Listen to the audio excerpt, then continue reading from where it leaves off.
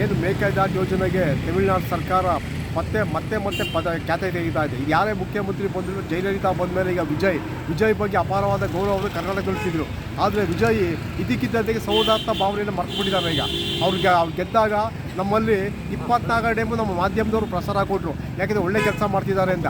ಆದರೆ ಇದಕ್ಕಿದ್ದಂಗೆ ಮೇಕೆದಾಟು ಯೋಜನೆ ಮಾಡೋಕ್ಕೆ ಬಿಡಲ್ಲ ಅಂತ ಹೇಳ್ತಾ ಇದ್ದರೆ ಈತನಿಗೆ ಯಾವ ರೀತಿ ಸೌಹಾರ್ದತೆ ಈತನಿಗೆ ಏನು ಗೊತ್ತಿತ್ತು ನನಗೆ. ಇವತ್ತು ತಮಿಳುನಾಡಿನವರು ಕರ್ನಾಟಕದಲ್ಲಿ 20 ಲಕ್ಷ ಜನ ಮೇಲೆ ಅಧಿಕವಾಗಿದ್ದಾರೆ. ಒಂದು ಬೆಂಗಳೂರು ನಂತರದಲ್ಲಿ 10 ಲಕ್ಷ ಜನ ಇದ್ದಾರೆ.